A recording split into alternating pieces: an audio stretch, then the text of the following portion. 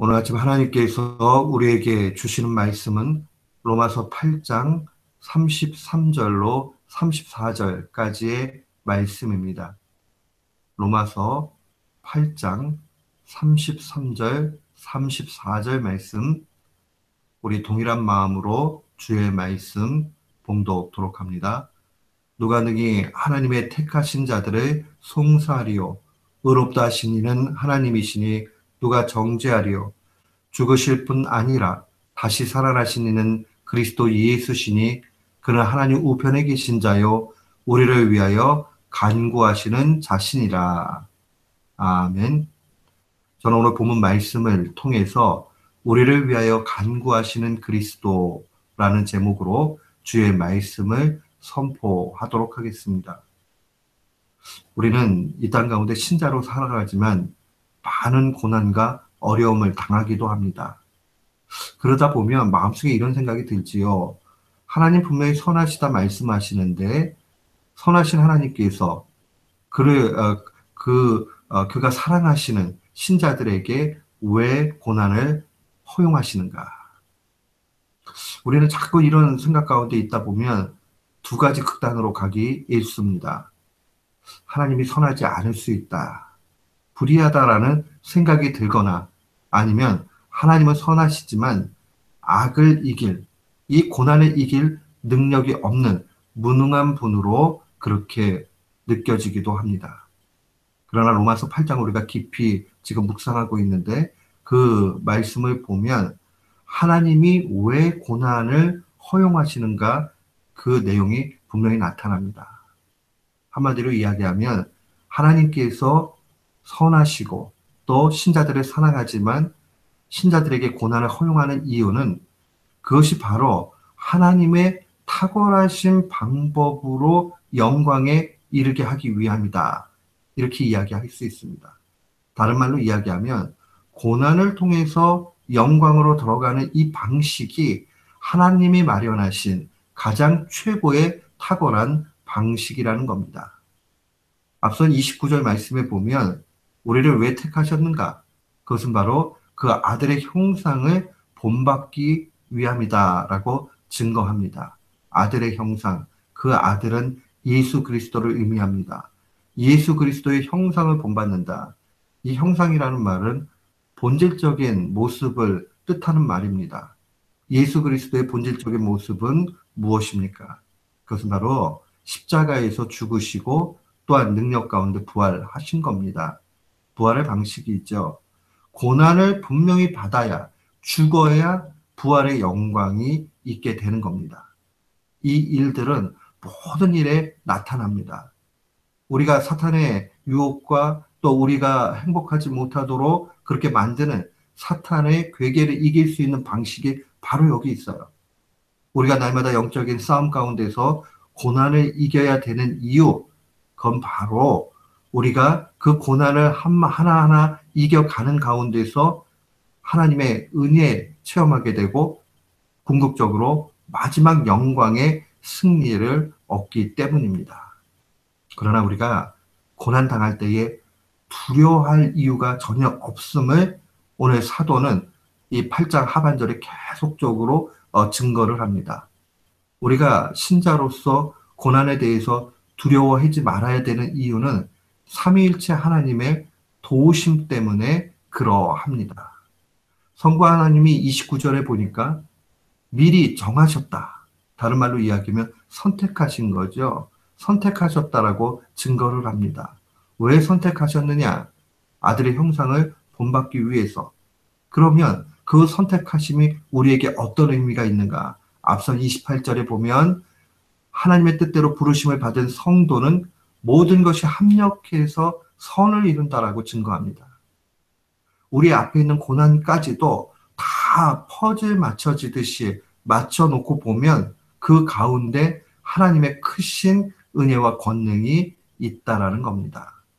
하나님의 뜻대로 부름을 받은 성도에게는 모든 것이 합력해서 다 좋게 가기 때문에 고난에 대해서 더 이상 두려워할 이유가 없는 겁니다. 조금 불편하고 조금 어렵고 조금 힘든 것은 있지만은, 그러나 그것이 우리의 앞을 막지 못한다는 겁니다. 26절로 27절 말씀에 보면 성령 하나님께서 탄식으로 우리를 위해 간구해 주신다라고 증거합니다. 이게 얼마나 큰 위로의 메시지인지 모릅니다. 우리 스스로가 기도하는 것이 부족한 것 아시고 성령님께서 함께 탄식으로 우리를 위해 간구해 주신다는 말씀입니다. 우리가요, 기도의 동력자 한 사람 있는 게 얼마나 복되고 좋은지 몰라요. 두 사람 되고 다섯 사람 되면 큰 힘을 얻는데, 성령 하나님께서 우리를 위해서 친히 탄식으로 그렇게 간구해 주신다라고 증거하니 이보다 더 좋을 것이 어디 있습니까? 오늘 본문의 33절, 34절 말씀은 특별히 성자 예수 그리스도께서도 하나님 우편에서 우리를 위해서 간구하신다 하는 것을 분명히 볼 수 있습니다.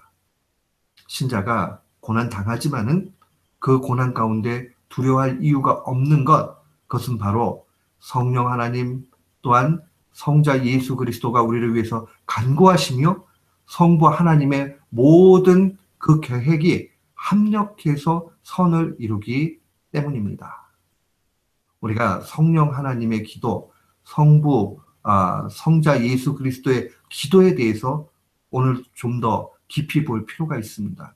이것이 우리에게 얼마나 큰 위로와 힘이 되는가. 이 하나님이신 성령님과 예수 그리스도의 이 중보의 기도 통해서 우리가 기도 안 해도 된다, 그 뜻이 아니에요.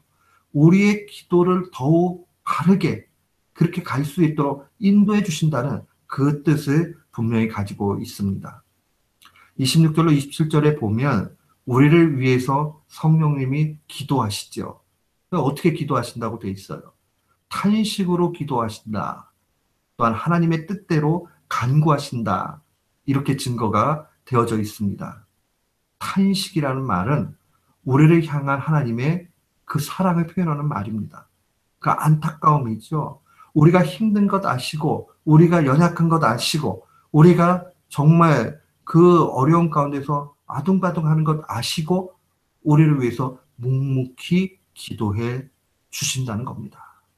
때로는 우리는 기도하다가 우리의 욕심, 우리의 뜻대로 막 간구할 때가 있어요.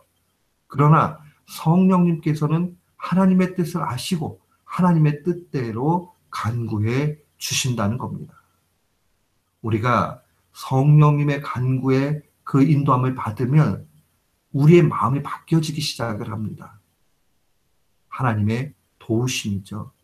우리가 잘못 간구하면 잘못 간구하는 것을 깨닫게 해주시는 그 능력이 분명히 있습니다. 또한 오늘 33절, 34절에 우리를 위하신 예수 그리스도의 기도, 이 기도는 두 가지 내용을 가지고 있어요. 하나는 부활의 능력 가운데 간구해 주신다는 것이고, 또 하나는 하나님의 우편의 권세를 통해서 우리를 위해서 간구해 주신다는 겁니다. 34절을 보십시오. 죽으시고 부활하신 예수 그리스도. 이 죽음의 권세, 사탄의 괴계와 죄의 능력을 완전히 파괴할 수 있는 일은 바로 죽으심을 통해서 가능합니다. 죽으시고 나서 부활하시니 죽음의 권세를 깨뜨려 이기신 겁니다. 앞선 33절에도 송사한다, 정죄한다는 이 말이 사탄의 권세를 표현하는 말입니다. 사탄은 자꾸 accuse, 송사하지요. 그리고 정죄합니다. 너 잘못됐다. 또 그 마음속에 죄책감보다 더 크게 죄에서 벗어나지 못하도록 그렇게 만듭니다. 우리가요, 신앙과 불신앙은요, 때때로는 백지 한 장 차이로 나타날 때가 있습니다. 이 사탄이 마음속에 넌 안 되는 사람이야 라고 정죄해버리면 아유 나는 안 되는가 보다 하고 그렇게 좌절할 수 있어요. 이 죄의 깨달음이 있어서 죄에 대해서 고통을 받지만 신자는 다시 일어나는 힘이 있는 것이고, 불신앙 가운데 있게 되면 양심이 조금 있는 사람은 완전히 좌절로 가는 것이고, 양심이 아주 마비가 된 사람은 더 큰 죄를 지어도 깨닫지 못하는 것이고 그렇게 간다는 사실이에요. 사탄의 권세입니다. 근데 이것을 깨뜨린 것이 바로 예수 그리스도의 죽으심이요 부활이요 동시에 하나님 우편에 앉아 계신다는 겁니다. 영광의 보좌지요. 또한 하나님 우편에 계시다는 것은 최고의 능력을 표현하는 말입니다. 베드로전서 3장 22절에 보면 사도는 이렇게 증거합니다. 그는 하늘에 오르사 하나님 우편에 계시니 천사들과 권세들과 능력들이 그에게 복종하느니라. 이 천사뿐만 아니라 권세와 능력들, 모든 힘의 실체들을 얘기합니다. 그것이 예수 그리스도 앞에 다 복종을 하는 거예요. 그런데 그 예수 그리스도께서 하나님 우편에 계시면서 우리를 위해서 간구해 주시니 이보다 더 큰 일이 어디 있겠습니까? 사랑하는 성도 여러분, 우리 고난 당할 때마다 예수 그리스도의 부활의 십자가 봐야 되고 하나님 우편에 앉아 계신 예수 그리스도께서 나를 위해서 기도하신다는 것을 잊지 말아야 됩니다. 또한 성령님께서 우리를 붙잡아 주시고 인도해 주시는 그 은혜를 기억해야 됩니다. 이 하나님 우편에 앉아 계신 예수 그리스도의 능력, 이것은 우리의 능력이 됩니다.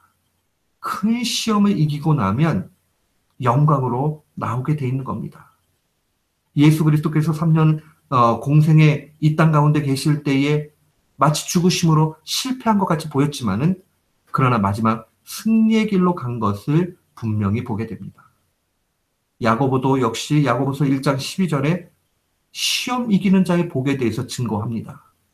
시험을 참는 자는 복이 있나니 이는 시련을 견뎌낸 자가 주께서 자기를 사랑하는 자들에게 약속하실 생명의 면류관을 얻기 때문이다 라고 증거합니다. 사랑하는 성도 여러분, 시험 당하세요? 시련이 있어요? 고난 가운데 탄식합니까? 낙심하지 마세요. 우리가 탄식할 때 우리보다 더 크게 탄식하면서 하나님의 뜻대로 성령님이 기도해 주십니다. 우리가 힘이 없고 나약하고 정말 쓰러지게 될 때에 그리스도의 십자가 보십시오.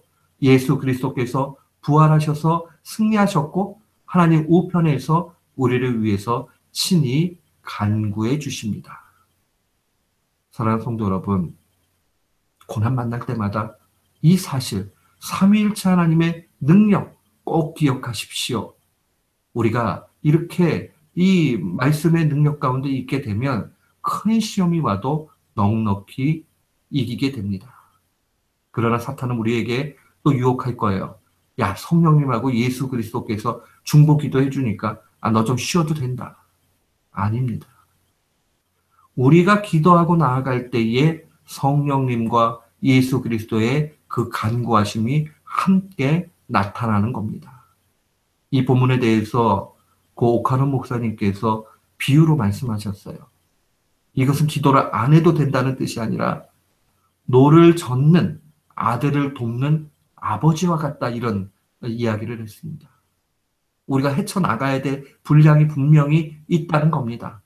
그때에 진짜 힘이 센 권능의 모든 것을 갖고 계신 하나님께서 우리를 인도해 가시고 또한 붙잡아 주신다는 겁니다. 우리도 노를 저어야 됩니다. 이것이 하나님의 능력에 힘을 보탠다 그 뜻이 아니에요.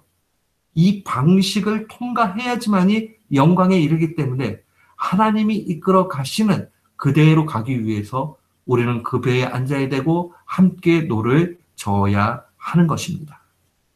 오늘 이 말씀을 마음에 간직하시고 날마다 승리하는 귀한 교우들 되시기를 주님의 이름으로 축원합니다. 아멘.